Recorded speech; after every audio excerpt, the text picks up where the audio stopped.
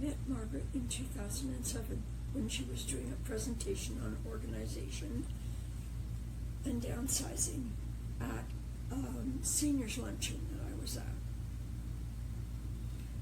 I had her to my house to help organize my home office, which went wonderfully. And she even got all the shredding done. There was tons of it.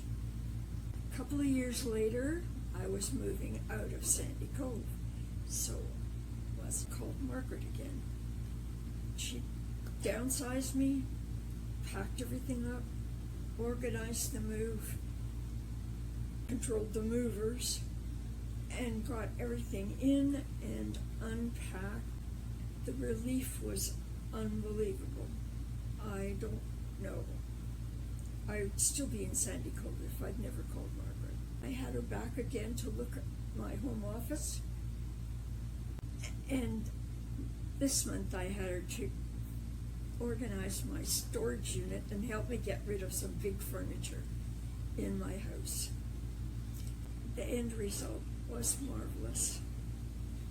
And that I'll be able to organize for a while.